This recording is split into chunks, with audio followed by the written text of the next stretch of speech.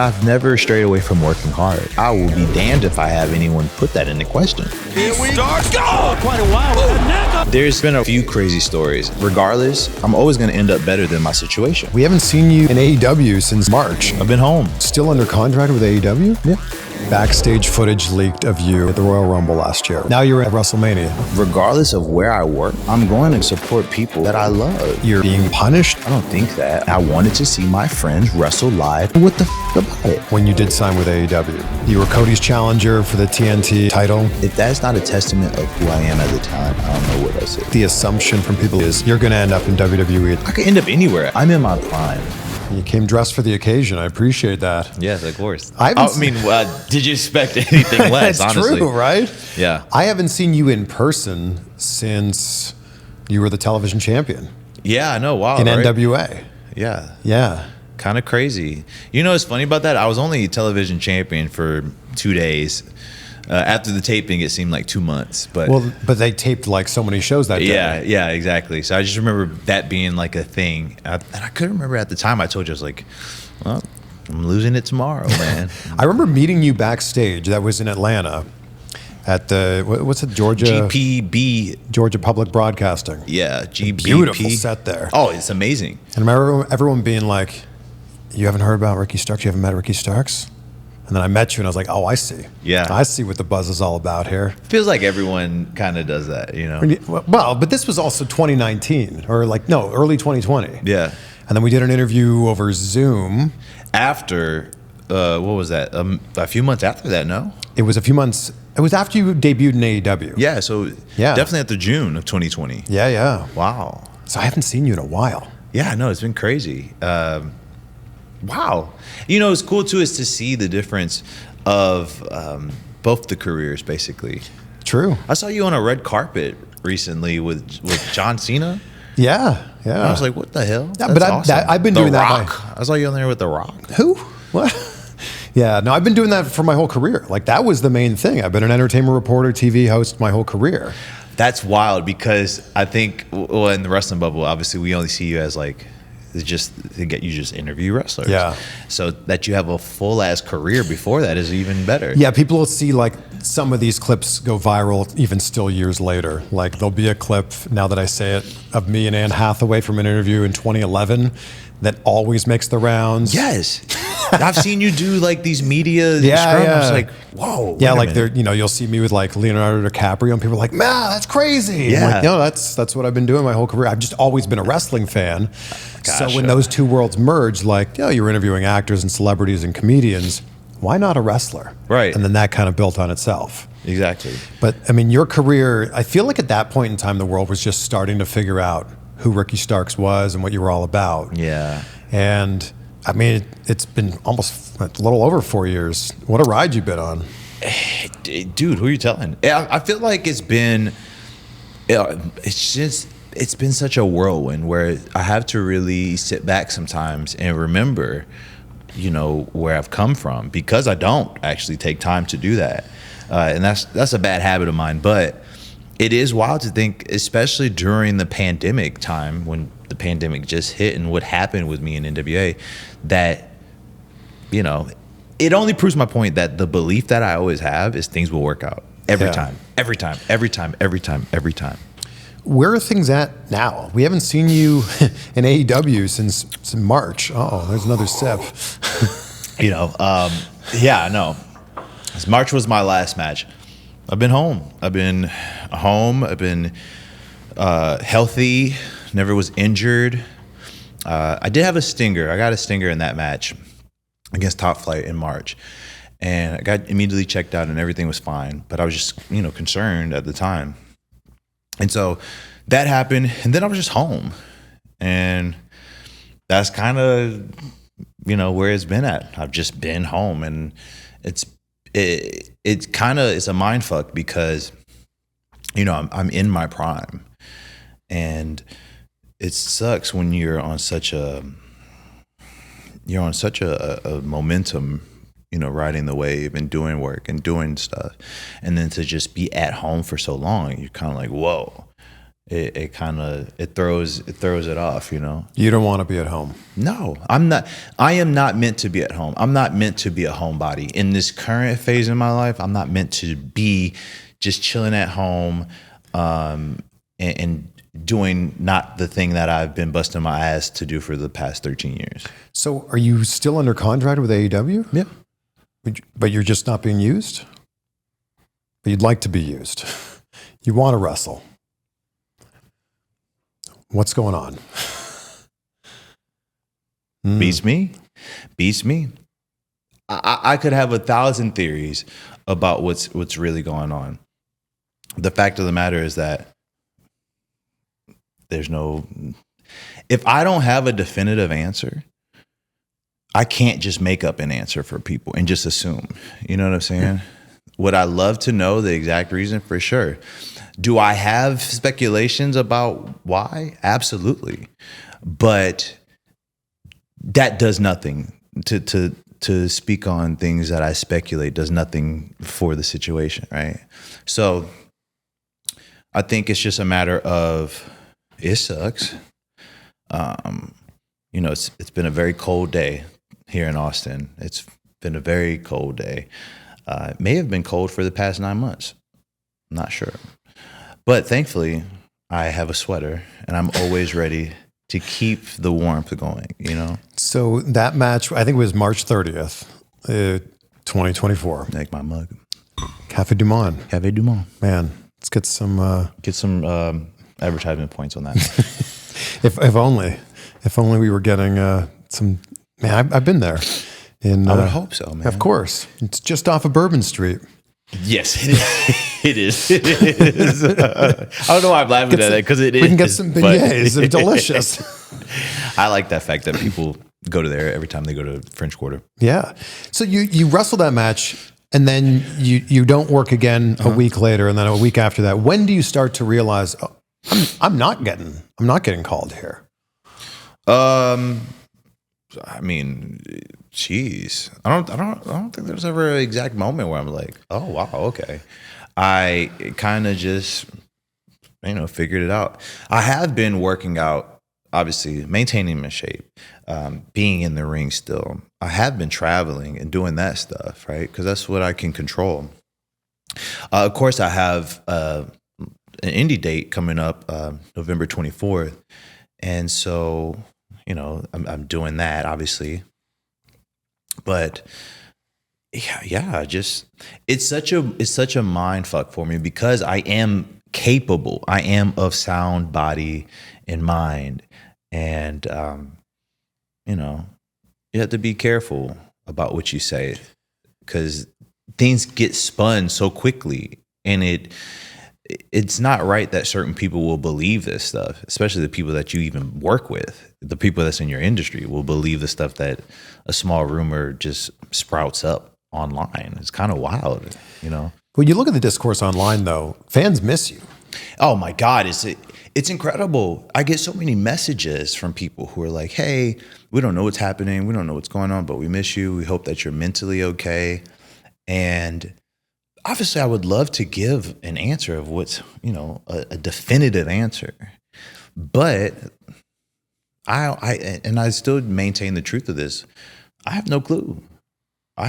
So, I already know this is going to go up in flames too. But yeah, I love the fact that fans still care.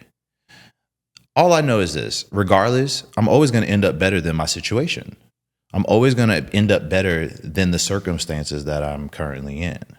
That's just how that's how it works for me. I can't lose. Do you feel like you're being punished in some sort of way? No, I don't think that. I don't think that's ever crossed my mind of like you being punished. Because that wouldn't serve me at all to think like that. Yeah. Right? I would be depressed and like angry. That wouldn't serve me. But We'll get right back to the conversation in just a second. This episode is brought to you by Jordan Craig, and they've got a massive Black Friday sale going on right now. 30% off site-wide. Check out Jordan Craig's latest styles and streetwear at jordancraig.com. And if you happen to be watching this after Black Friday, that's okay. Just use the code CVV for 15% off anything site-wide. What I'm wearing here right now and what I've worn during a lot of interviews is the Uptown crewneck sweatshirt. All of their fleece is fantastic. So is their denim. So is their outerwear. Really everything. Braun Strowman wore Jordan Craig denim during his WrestleMania 39 match, and he looked great while doing it.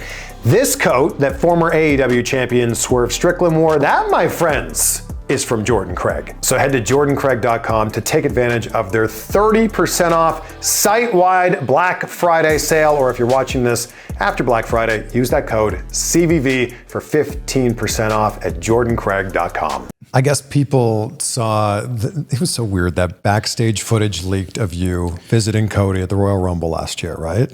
Yes, yes. You know what's funny about that?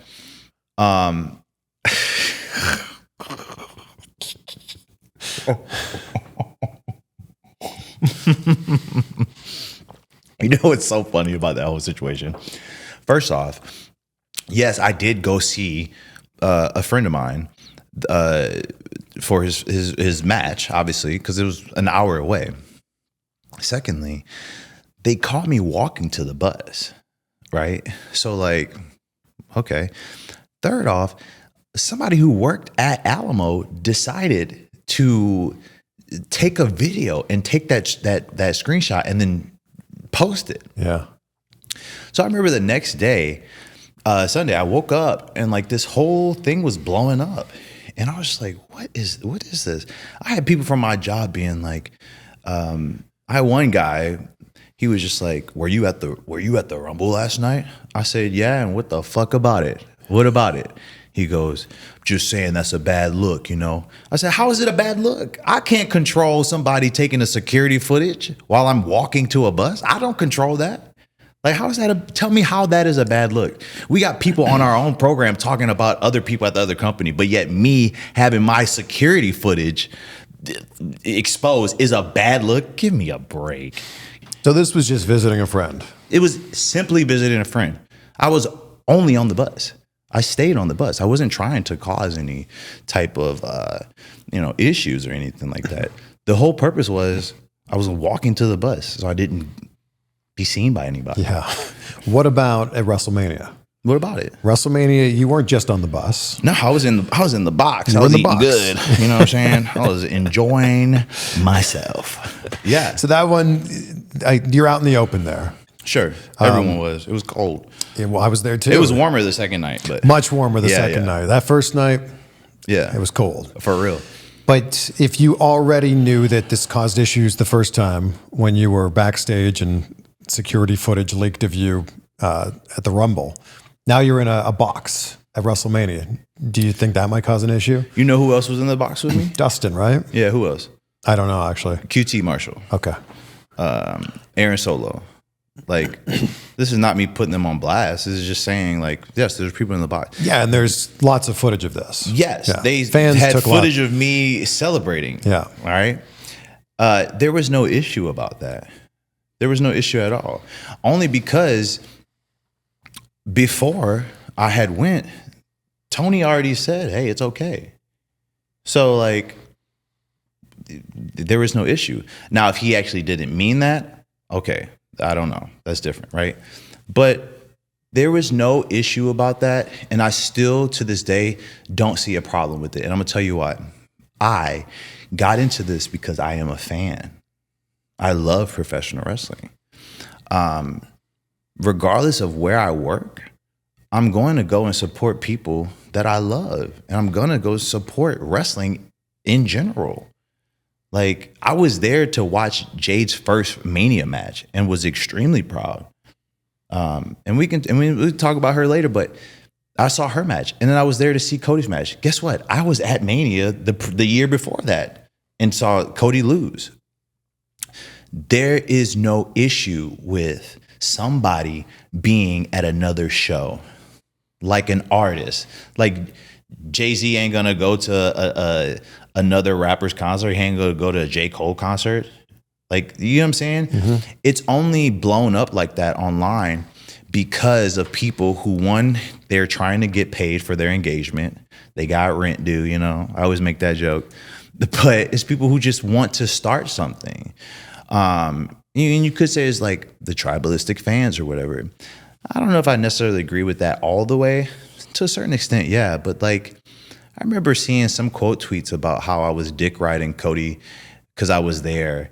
And I was just like, wow, this is amazing. Because if you took this situation out of the scope of wrestling, yeah, people would think it's normal. But supposedly, for some reason, it is so taboo to not be over here when you work here. Who cares? We all getting paid, aren't we? I don't think people realize how close you and Cody are. I think that's where it really comes down to, like, and it's like, oh my gosh, he's there supporting him. I didn't even really know they were friends. But you think I'm gonna tell a fan who paid for their seat to not photograph me up in the box seat? At the end of the day, I didn't give a fuck, and I still don't. I didn't care about the Rumble thing. I didn't care about the Mania thing. I don't care about, you're not about to sit up here, nobody is going to sit up here and make me feel like a bad person for doing something out of the goodness of my heart. I wanted to enjoy live wrestling, and that's what I did. I wanted to see my friends wrestle live, and that's what I did. And what the fuck about it? You know what I'm saying? What about it? What were you guys eating up there? Yeah, dude, honestly, we had flatbread. I'm a big charcuterie board type guy. Oh, me too. Yes, I like it all. A few libations, you know what I'm saying? But yeah, I had a blast. And you think somebody gonna make me feel bad about it? I don't care what a few people online say about it. They don't know. How far back does the friendship with Cody go? Like, you guys have been friends since he had his indie run before AEW, right? So yes. We did a promo with Cody when he came to a Texas indie. I can't remember what year it was. I want to say it was like 2017, maybe 2018. Me and Solo did a thing with him, and it was funny, a little backstage bit. But I actually had met Cody when I got beat up by Jinder Mahal in 2012. And we were in, I want to say we were in Corpus or something like that. That's when I met Cody. He was very nice to me backstage. And so, you know, I had been an extra thereafter several times when WWE come into town. And I've seen him there. I even make a joke about how I say, hey, remember when you wore that mustache and the Robert Cavelli t-shirts? Do you remember that? He goes, oh, man. Had to shave it for the wedding, you know. Something about the wedding. But, yeah. So I've known of him. And then, obviously, once I put out that vignette, especially during the pandemic, it was kind of just started to go from there. Yeah. So it's always funny because people, this is the thing when you say something in wrestling, if you publicly say that you're friends with somebody, now it's just like, well, that's such and such boy, that's such and such girl. Right. And it kind of, it's like, you fucking go and carry his bags. You know what I'm saying? It's always like these dumb insults. And it goes, that right there is a true marking of somebody who's never had a genuine friendship in their life. And that's so sad because you don't know what caring for another person is, which is the epitome of human life. You know, that sucks. Why do you care about these comments on Twitter? I'm so glad you brought that up. All right. Everyone's going to say, ignore the trolls. Why even give time to the trolls? They only have, 22 comments. I don't care about that. This is a public space.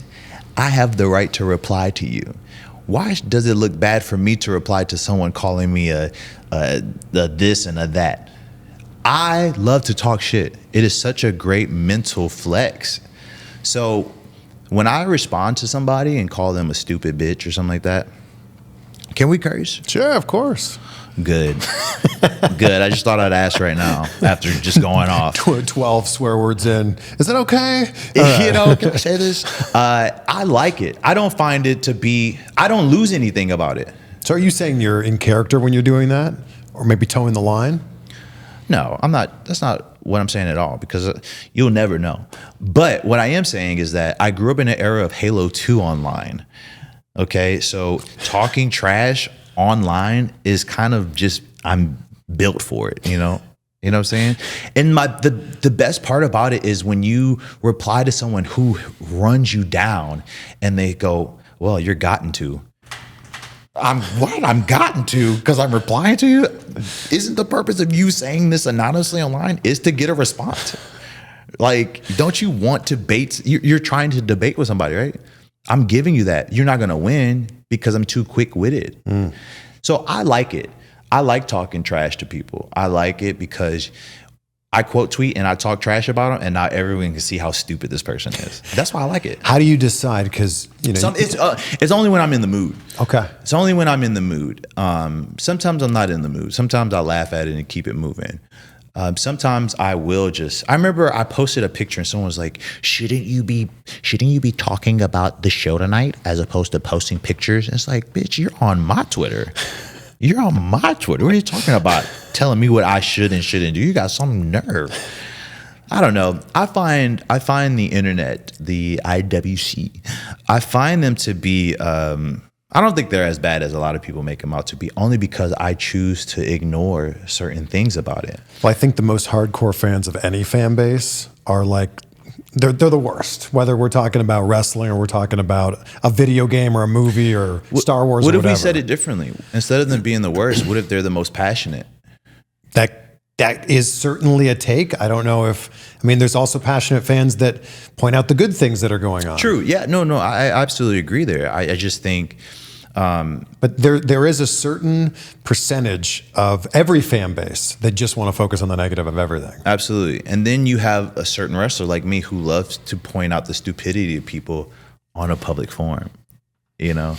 So I do find it genuinely funny where people are like, you shouldn't waste your time with these people. You're above that. Sometimes I like to get to their level.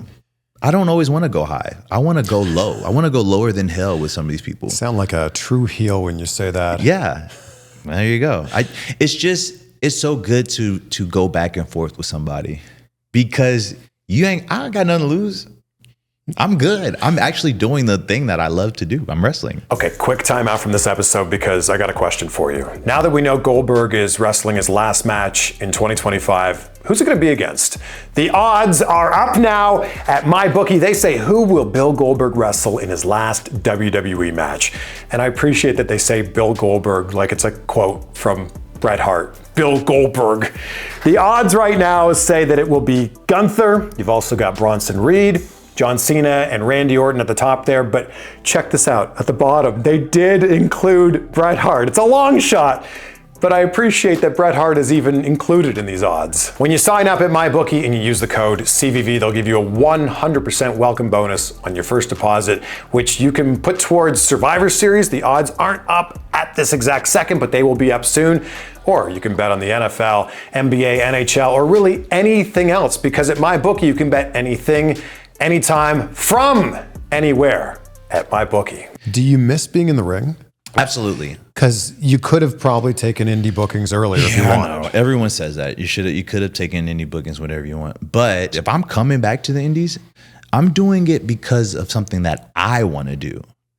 Before it was like, I'm hustling and I'll just take whatever. No. This time I'm in control about it. And I'm only going to do indies that I have an interest in doing, that I want to do, that will make me happy. So what opened you up to taking the indie bookings that you have taken? I did ayahuasca and came back a different person. No. There actually might be some truth in that. I don't know. No. That wasn't. I would be scared to take ayahuasca, actually. No, the reason I decided is because Cody Lane, who I wrestled, is a guy from Texas that I used to train with, and I've only wrestled him maybe like twice, right? And so since we're at different points in our career, I just wanted to see where we're at and how fun that would be. And also, I really wanted to test my might, so to speak. And what I mean by that is I wanted to really see what I could do, on my own type thing. And so I thought, doing the Glory Pro would be good.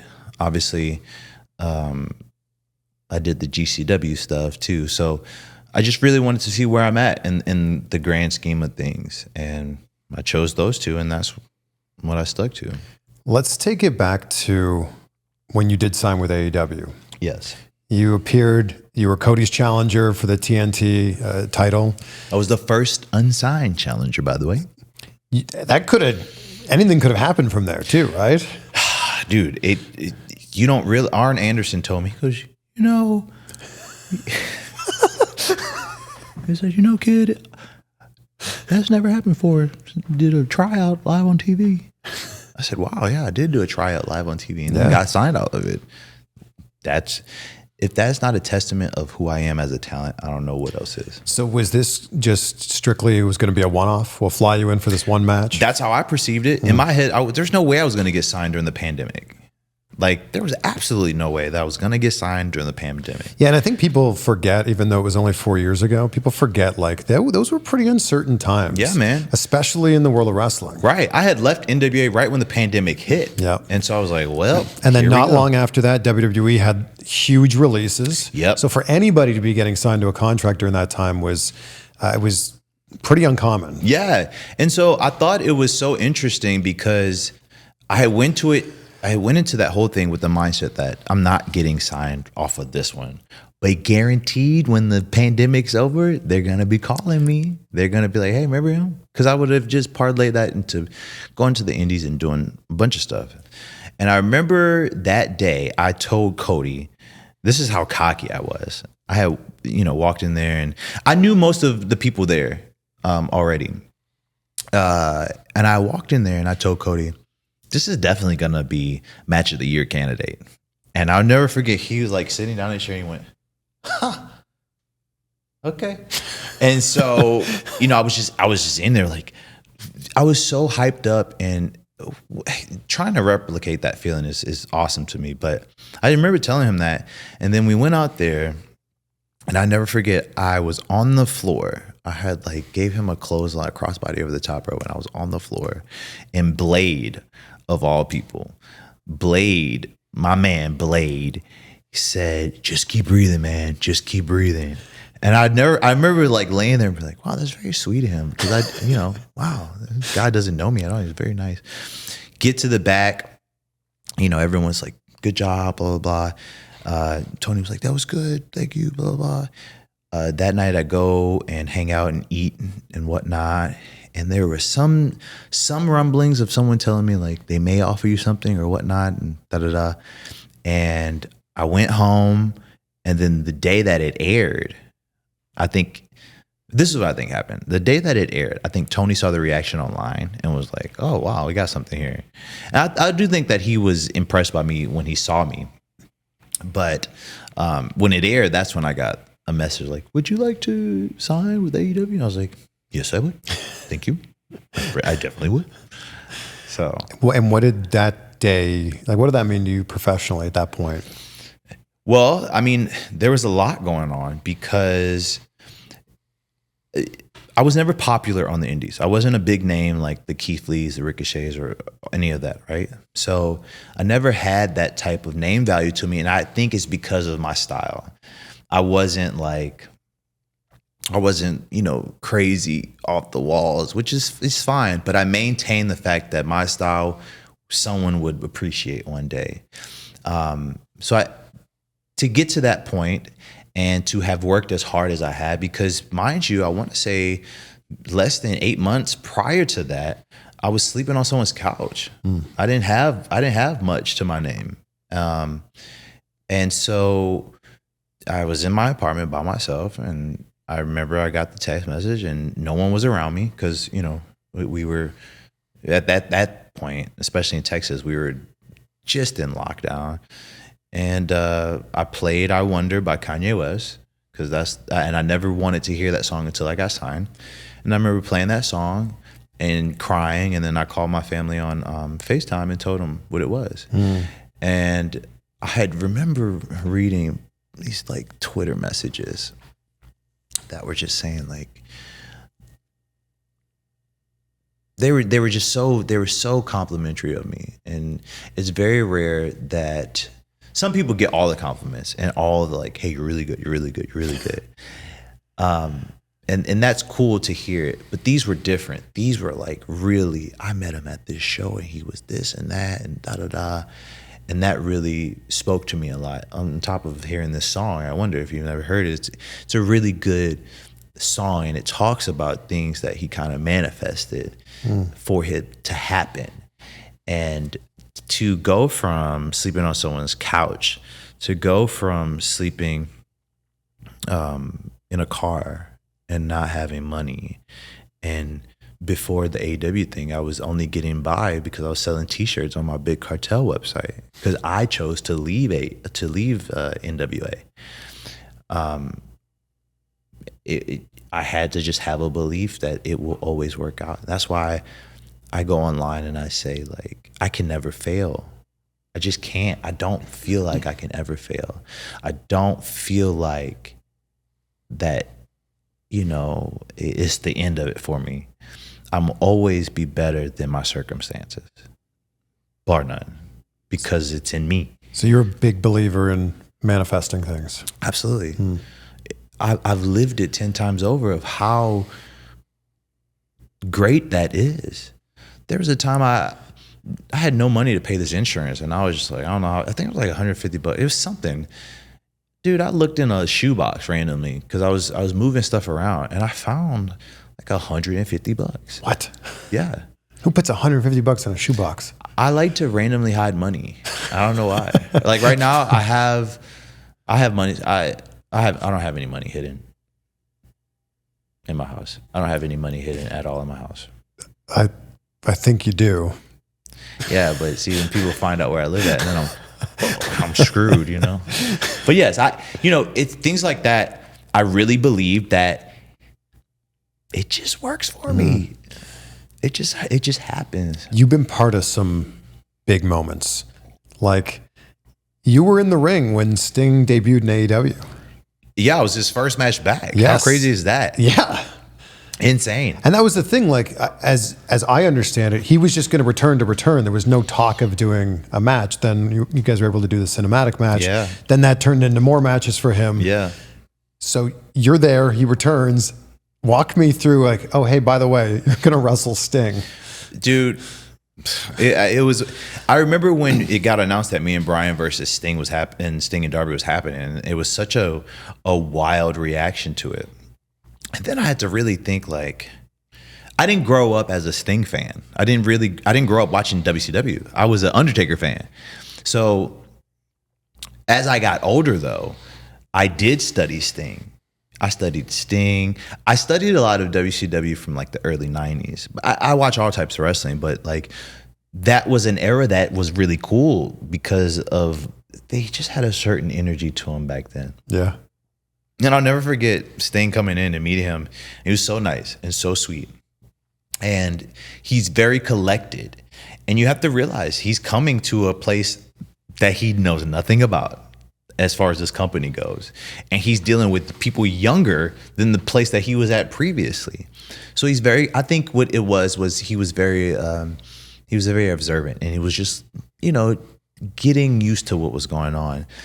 And I would hope that he probably met me and said, okay, something is about this kid that I don't really understand just yet, but I like it and I respect it. And he's got his own little thing. And when it came to the match itself, yes, there were some nerves about it, obviously. But I remember going and we would practice. We didn't practice per se, but he needed to get the body warmed up again. And so doing drills with Sting was insane. And then the match itself, we filmed it in 2 days. And so the second night was a lot colder. And I remember telling them, hey, because I knew what was going to happen.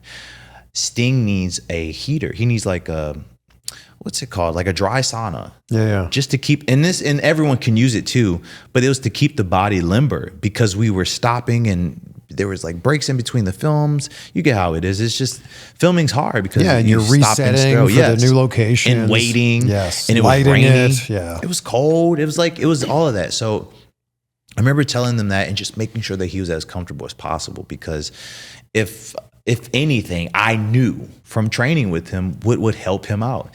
And he's very respectful.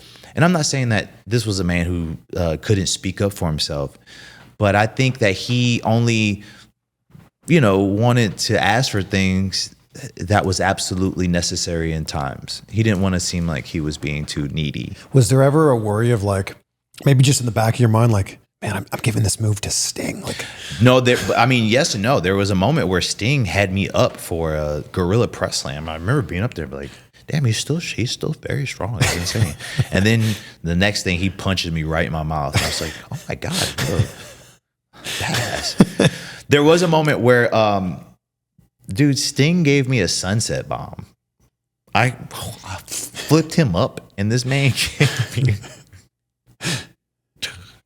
He gave me a sunset bomb. And I just being like, damn, that's kind of badass. Sting gave me a sunset bomb. What is happening? You of all people, Ricky. But yes, it was really cool. And Sting will forever hold a place in my heart, because he was he out of anybody you could go to and talk to, and he was understanding.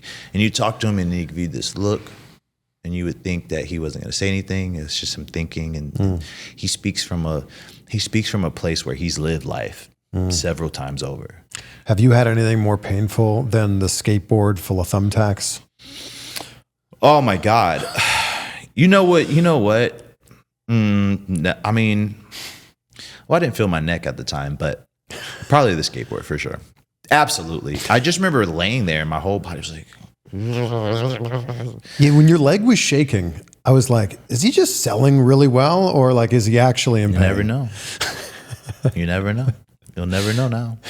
I just remember when it happened, mind you, I remember telling people, like, can y'all just scream so my adrenaline can kick in? Because there was nobody and it was cold. And I was like, just do it. And then I think we were pressed for time too, and we just had to get to it. And oh my God, I thought it was going to go down and through it. Like, just, it slid off. And I remember like, oh man, like my whole back is about to be just wrecked. It was going to be so wrecked, and had to go to the back and they're picking out the thumbtacks and stuff. And I was just like, surprisingly enough though, took a hot shower that night. No issues. Do you have any scars from that? No, not at all. Really? I took care of it with vitamin E oil. So there was no issues about it at all. Man. That was awesome. You going toe to toe with MJF in that promo, I feel like people already knew you were good on the mic. And I feel like being able to go toe to toe with MJF made people realize just the level that you were on. Right.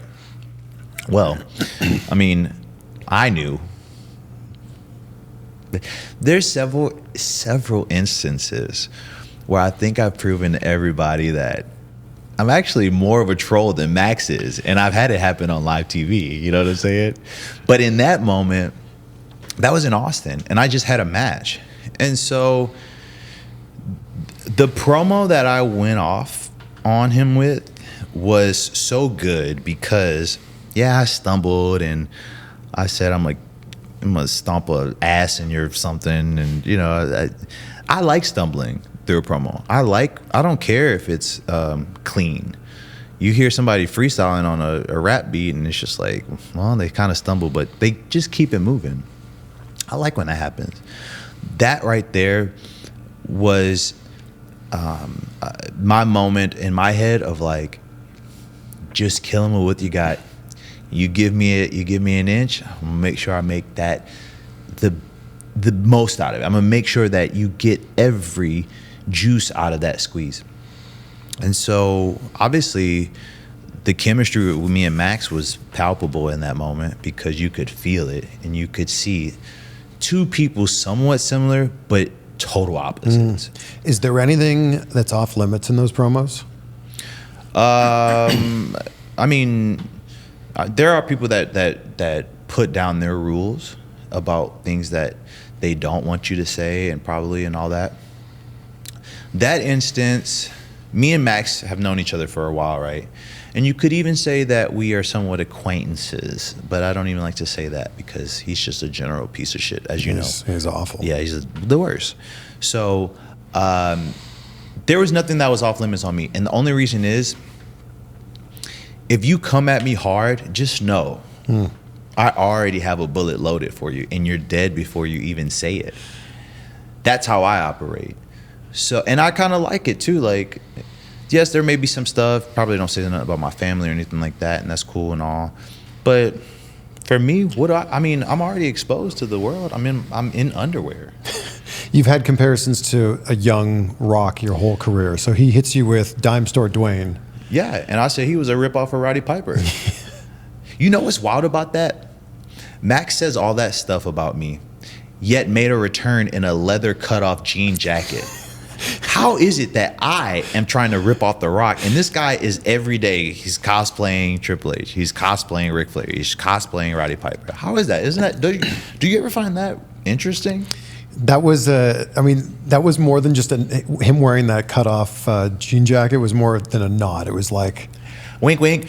Yeah. This is what I love, you know? One of the greatest returns of all time when Triple H came back to Madison Square Garden. Yeah, the only thing he was missing was the damn U2 song to come out too. So Beautiful day. Yeah.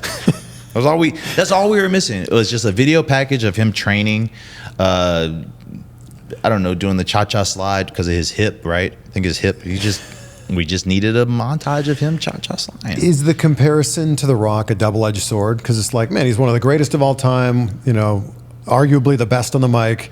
But at the same time, now if people keep comparing you to him, you somehow have to fill those shoes. I don't think I ever really gave it much thought. I think it's pretty well known who my favorite wrestler was. The Rock was cool. I like The Rock. He was cool. But this is how I do it. I can't help the way that I look. I'm a handsome motherfucker, you know what I'm saying? And that's just how it is, and that's a respectable thing. My style, as you know, even before we started filming, is, you know, I had a Garth Brooks shirt on. Like, I like what I like, and I wear what I like. It's nothing to do with ripping somebody off. And I would be honest if I was doing that. I am an improvement on a design straight from the city of New Orleans. That is who, if you had to say that I'm copying anyone, I'm copying the people of New Orleans. Absolutely. That's who I am. Because Adam Copeland hit you with one too. He hit you with, you ripped off The Rock. He did. You know what he called me? Do you remember? A vanilla midget. He called me a vanilla midget Rock ripoff. And that one, you know, that clip goes viral all the time. And it's so funny because at the end of it, I wanted to say more, but if you see me smile and say, well, that really sent me over the edge. And the fans like that. Yeah. I only did that because I knew that this was about to get off track. Here's the thing about that. You might as well call me a great heel. And I even hate saying and talking like this, but you might as well call me a great heel because I got somebody so flustered on live TV that they stumbled and stuttered their way into one of the worst insults that you could say. That's so, you know, passe. It's so 2000s. A vanilla midget. I could have hit him with the, I'm black, you idiot, but I didn't at the time. You know what I'm saying? I could have did that. I didn't. Personally, out of all that, I don't think that Ricky Starks came out of that looking very bad. You know what I'm saying? I think it wasn't me that looked bad in that whole situation. And so it is what it is. The funny thing is people say, AEW, that's where all the unscripted promos are. And then someone was like, Ricky went off a script. Well, wait a minute. Hold on. How? What did I do? You know what I'm saying? I didn't do anything. So, yeah, what a great promo that was, right? Sounds like both of you guys went off script. There was no how? There's no script. There was no script. Ricky Starks and a script, or Ricky Starks going off a script. How is that possible if there's no script to begin with, so to speak? I didn't say anything crazy. I just called someone bug eyes. What's wrong with that?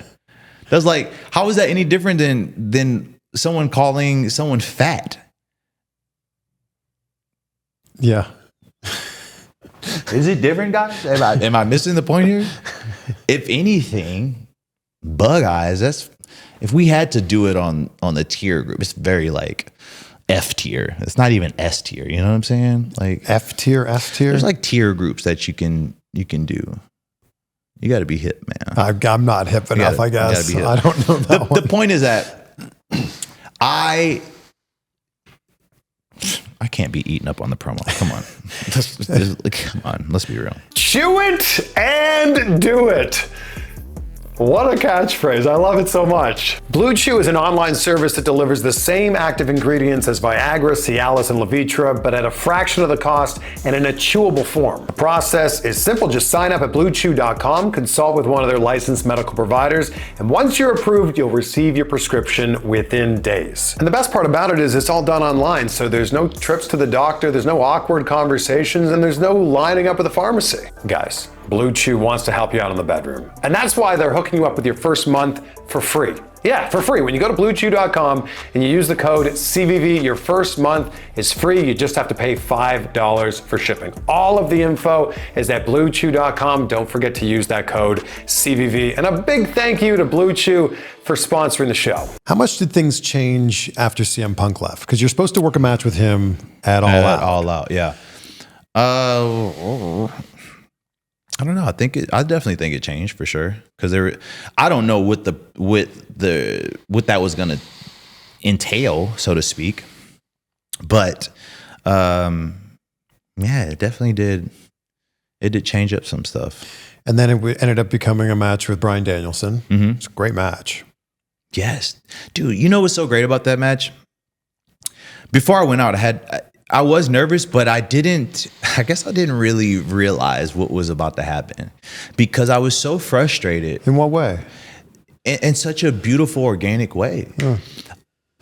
I was so frustrated with the day before, Tony comes out and announces that Punk is gone. And then I actually opened that show with a promo. Watch the promo. Very good. And you can kind of tell what's happening. But I was so frustrated about things happening the way they have, right? And I'll never forget someone telling me, like, just be grateful that you even have a job. Like the Saturday, I remember someone being like, just be grateful you have a job. Like, and I'll never forget feeling like, how dare you? Don't tell me to be grateful for something that I've worked very hard for. That's saying, I know that you're hungry for a dinner. Here's a half-eaten loaf of bread. Actually, no, let me take that back. Here's just the crumbs.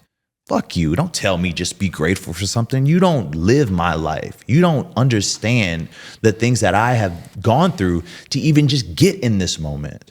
That, it really set me off. So when it came to Sunday, I was looking forward to it, but I didn't realize what laid ahead of me and what I was actually going to be capable of doing. And, Bryan had that injury too, and we had to deal with that. And that was such a weird thing for me. And I'll never forget, like, Bryan, I'm upside down in the corner. Or no, I'm not upside down yet. I'm sitting backwards. And that first whack from the leather strap echoes throughout the arena. And I remember, like, feeling this jolt and then hearing it go, oh. And I was like, okay, here we are. Nice.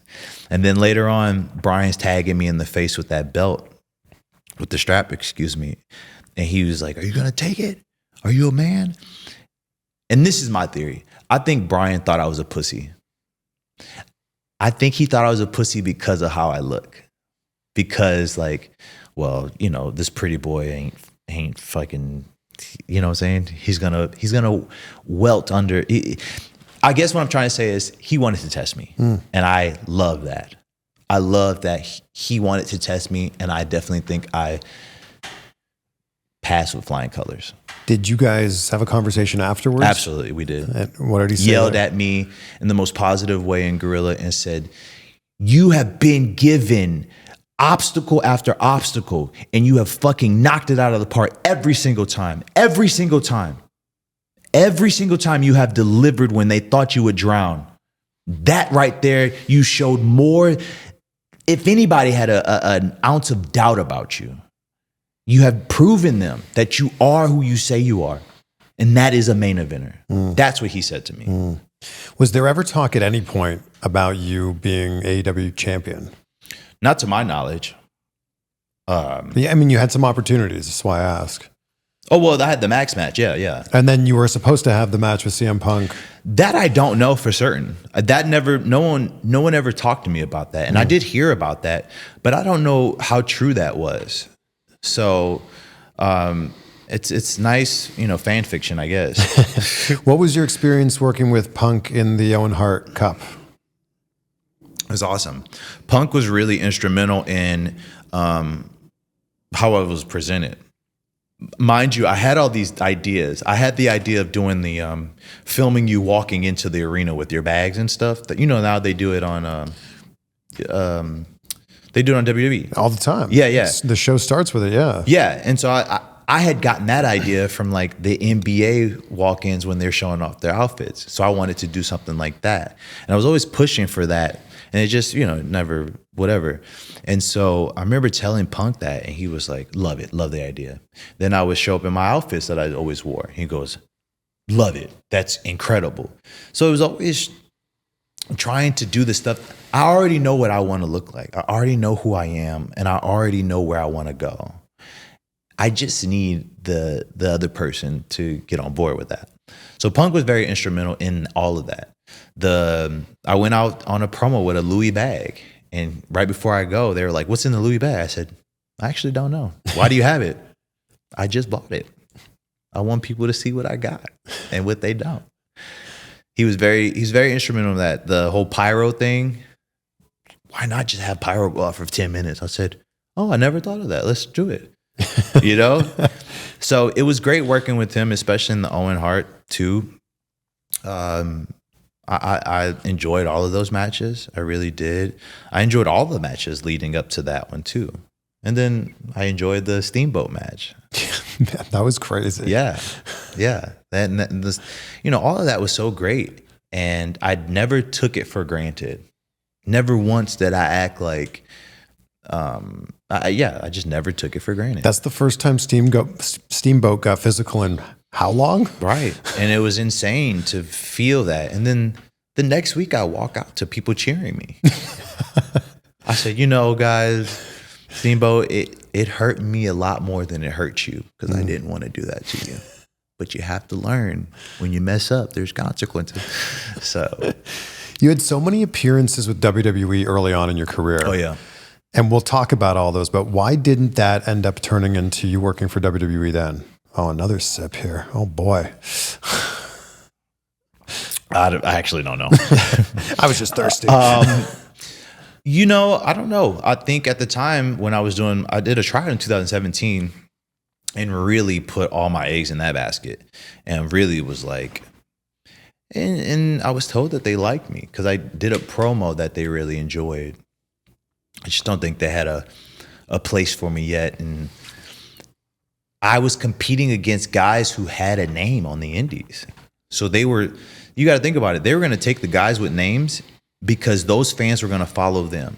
And in turn, those fans were going to buy a network subscription or something, right? So you're just adding to the bucket of money. Mm-hmm. You come in with something.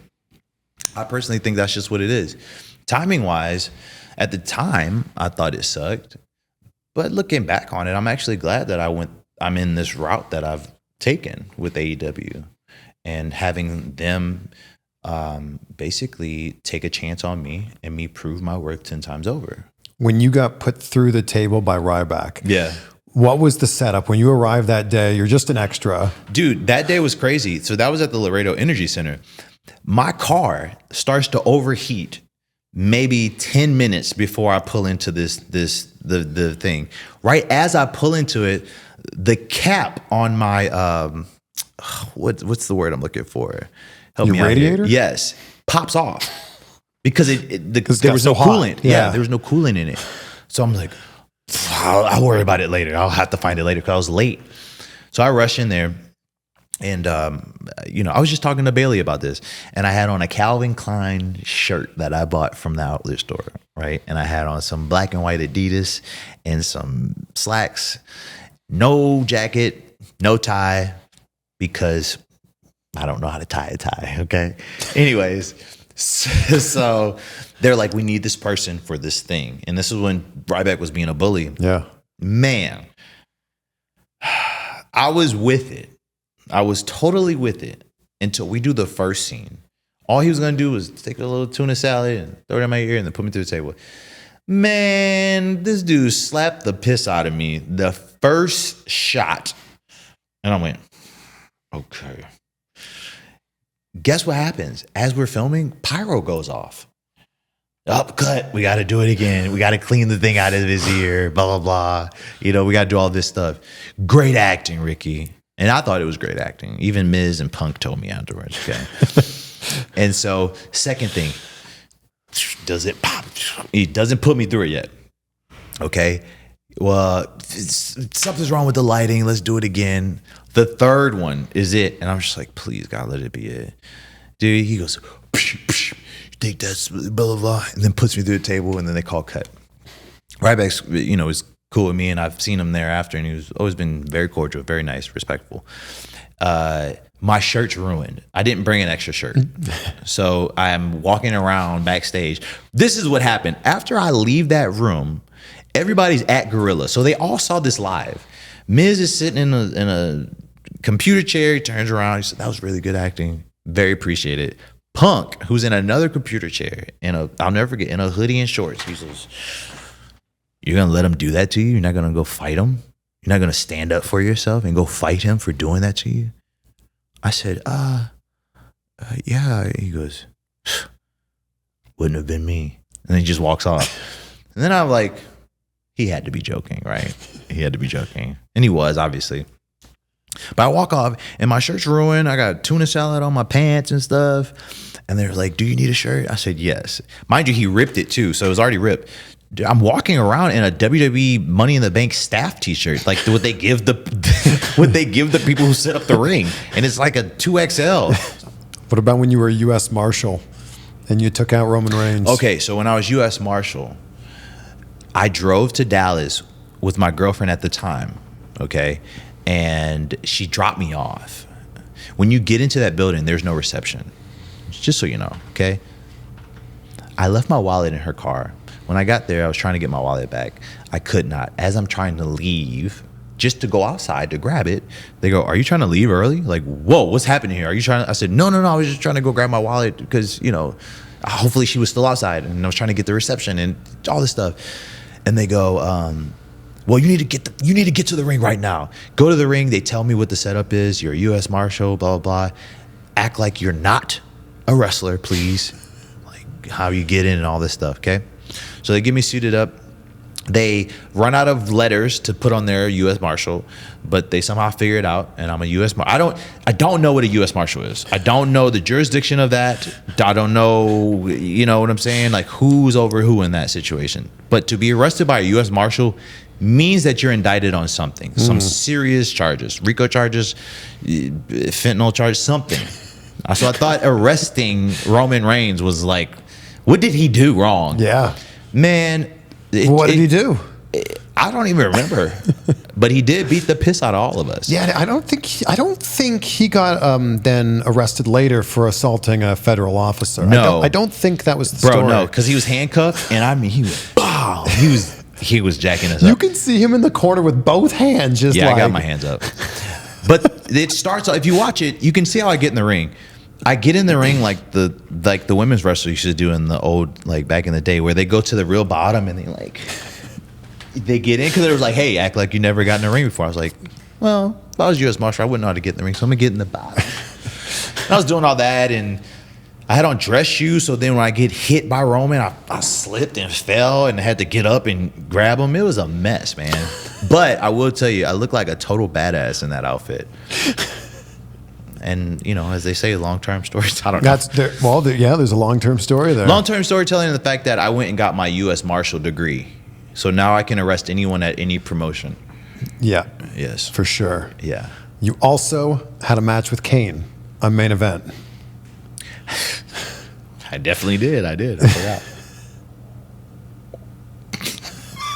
So you want to hear about that too? I had a match at Frank Irwin Center, and God rest his soul, Frank Irwin Center got torn down, sadly. It was one of the most famous arenas here in Austin. Anywho, I get to work that day. it started off by me valet parking my car where all the talent valet park their car, and you're not supposed to as an extra talent. But I said, fuck it. I live here, so why not? You know, you get in the car and do it for me. So I walk in, and it's a while. Like, I'm in catering for quite a bit. Do you know you're working a match? No. Oh. I never assume anything. And typically on SmackDown, you just, hang out. It's a little bit more relaxed than the Raw. Someone comes and grabs me, and I can't remember who, but they were like, hey, you have a match with Kane tonight on Main Event. I was like, nice. That's really cool. Like, okay, I'll take it. Man, I get a writer comes up to me and he hands me a script and he's like, and you're cutting a promo. And I was like, whoa, this is it. This is what happens. This is how my career takes off. Yeah. I'm gonna cut a promo. But come to find out, he goes, it's not live or anything. It's not recorded. It's just for the live. So I said, okay. Anyways, cut in this promo. I'm reading it, right? And I just process it in my own way. And so the writer comes back and he goes, okay, you got the promo down? I said, yeah. He goes, okay. I was like, yeah, I'm good. I got it. He goes, all right, you don't want to read it out loud or anything like that? I said, no, I think I got it. And I can't remember who I was standing next to, but I wonder if it was like Natalia or it was somebody. They were like, they want you to read it back to them. I said, oh, okay. So I read it and he goes, well, it's not exactly what I wrote down. And I was like, okay, I get what's going here. And I said, got it. And I just read it verbatim. And in it was like some weird verbiage of like, you Whataburger fat fans dipping your French fries in your mayo and I was like, oh my God, this is terrible. Like, I'm not saying the guy wrote some terrible stuff, but the insults were just bad coming from me. So I did that, go out there and we have this match, and it is insane to me because I'm wrestling Kane. I'm getting hit in the face with this glove, and the finish was I jump off and he gives me a punch, and then I take a choke slam. No one knows this. When I took the thing off the top rope, I smacked myself too hard. No. And I was like, oh my God. I wasn't knocked out or anything or concussed, but I was just like, whoa, that was crazy. Just to turn around and get a choke slam. And I swear to you, I got chokeslammed and got up so high, it felt like the cartoon where you drop and it was like, and that's all I heard. Get to the back, and Kane's very nice, and he starts speaking Spanish to me, and I'm like, I don't speak Spanish. And he goes, oh, I thought someone told me you were from the Valley area. I said, no, I'm from New Orleans, actually. Only because Kane grew up in Spain. And he knew some Spanish, come to find out. Yeah, he was speaking to me Spanish. That's wild. And I knew a little bit of Spanish, but I was like, I don't know who told you that, but that's not that's true. a wild story that Kane just started speaking Spanish to you. Yeah, it was sick. And his gloves stunk and everything. It was awesome. What did it smell like? It smelled like old sweat. It smelled like he had worn it a lot. A lot, yes. But it was awesome. It was a really cool experience. A lot of people don't realize I've been an extra since 2012. And I think fans think they're so funny when they tag you in that Ryback video. Yeah, it's called the arena worker, that's what it's called. And it always pops up in the most random times in my life. But I still look young. Like you look the same. You wouldn't know. You look the exact same. You wouldn't know. It looks like they filmed that last week. I know. Yeah. Yeah, to stay out of the sun. That's it. Yeah. You had so many opportunities there. Yeah. Like you said, it's surprising that you didn't get signed in 2017. Yeah, I think it's just the odds timing. That's really it. I'm not a person that dwells on why it didn't happen and what the reason was, right? Because I already dealt with it at that time period. I already dealt with what that was like and why I wasn't getting signed and what was wrong with me. That's what that time period was. Like, what was wrong with me? Why am I not good enough? What am I missing? And I went and dyed my hair and all that. I went crazy. And thereafter, I went to London for 3 months, bro. Had a terrible time because I wasn't really booked on anything and I wasn't fitting in. And that's kind of like a constant theme where I just don't really fit in. Where I feel like I don't fit in. Where did you find yourself again? After that? Yeah. I was back on the indies, coming back. But like, where did you feel like you found who you were at your core again if you were lost?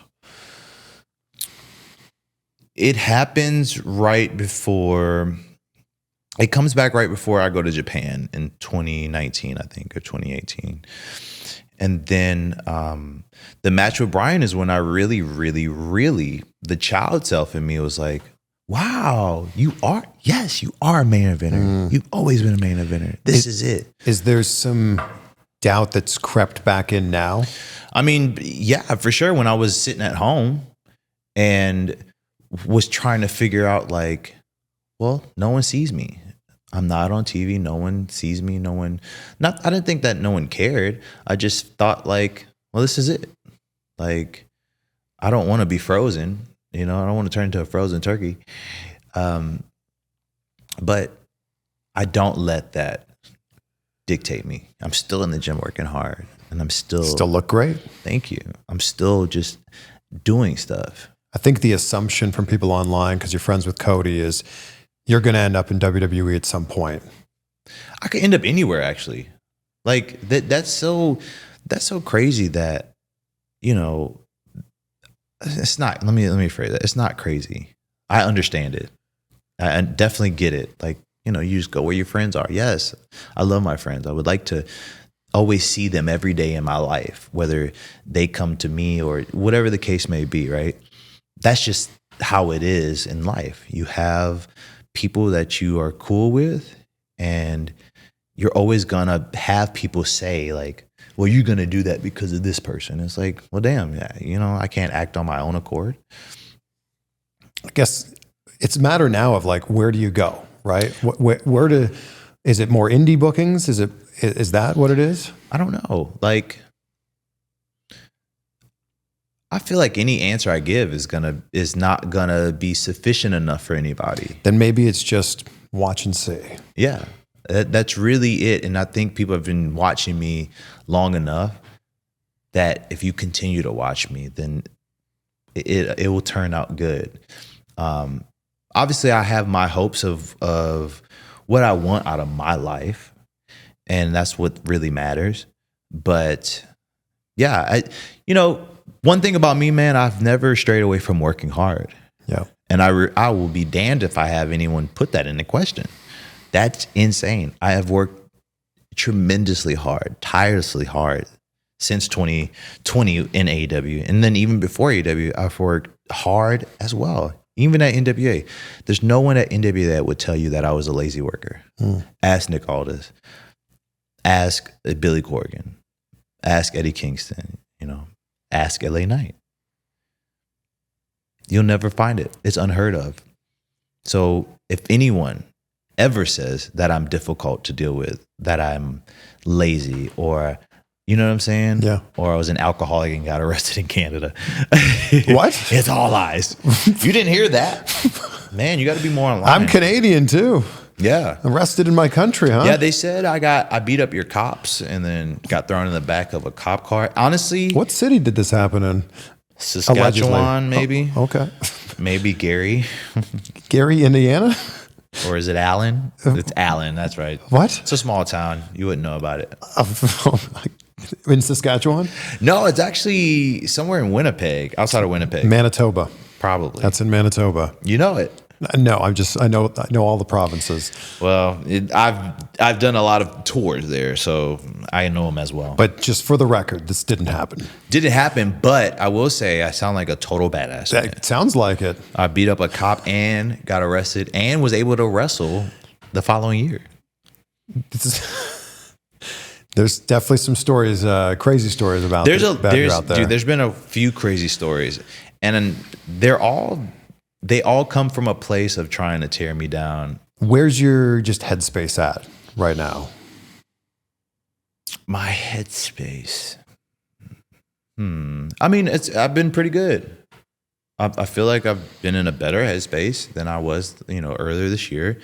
I think that I'm having things move for me and have that feeling of something pushing forward, whatever that may be. Obviously, things aren't what I want them to be at all. Like, I think that's fair to say, right? I can say that. Like, it's not what I want. But we are moving towards something. What is what you want? What I want a lot. I'm in my prime. You know what I'm saying? What I want is to be successful on the checklist that I have for myself. I want to be able to continue to build a legacy for myself. I want to be able to have something to look back on and be proud of that. 13 years I've been doing this. I want more than what I've just had. And I don't feel like that I should ever have to be content with just, well, this is it. No, I'm not that person. I'll never be that person. It's great. Like someone said, well, you're still getting paid, sit at home. Who cares? Who cares? Are we going to see you wrestle in AEW again, do you think? I don't know. Hopefully. Maybe. We gotta choose one of those titles to put in the clickbait headline. Maybe Ricky says maybe he'll wrestle. Maybe says hopefully he'll wrestle. We gotta choose one of them. But I don't know because if it was my decision already, don't you think that's the crazy part? Like, how am I to blame? And I think that people don't realize that. No, I think some people do, and they choose not to think otherwise. That's just my personal opinion. Yeah. But like, at the end of the day, I have barely reached my potential. I've barely peaked. This can't be it. You know what I'm saying? This interview is not where Ricky starts. Says, well, see you guys on the Indies. Say bye. I don't think anyone thinks that. Good. I don't think anyone thinks that. I wasn't trying to say that they do. No, but I think that everybody realizes that you have far too much talent for this to just be it. Right. And I think there's too much passion inside of me to just let it ever die out. When it's all said and done, I would really hope that this ends up being a lot better. And this was just an interesting period for me. So I will ask you the question I ask everyone at the end of these conversations. And by the way, good to see you. Absolutely. Gratitude's such a big part of my life. What are 3 things in your life right now, Ricky, that you're grateful for? I'm grateful for the people in my tribe.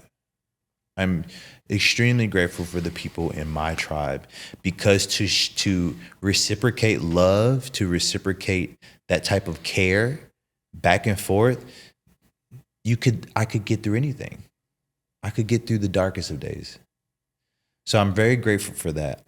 I'm very grateful for support of people I don't know, nameless, faceless people who support me from the shadows, people who check in on me that don't know me from Smith, that have a genuine care for me, a person that wrestles, that they feel some type of energy from. And thirdly, I'm very grateful for me. I'm very grateful for me in the fact that I am happy and very proud of myself for showing up in times where I didn't think that I would be able to show up.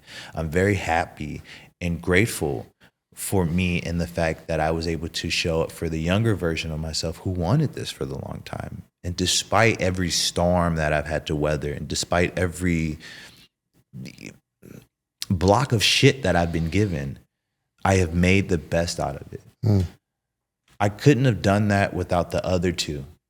So to get to this point, I'm just happy and grateful for the fact that I have that ability, the God-given passion and drive that I have, because I would have been done a long time ago. Yeah, and you're still doing it.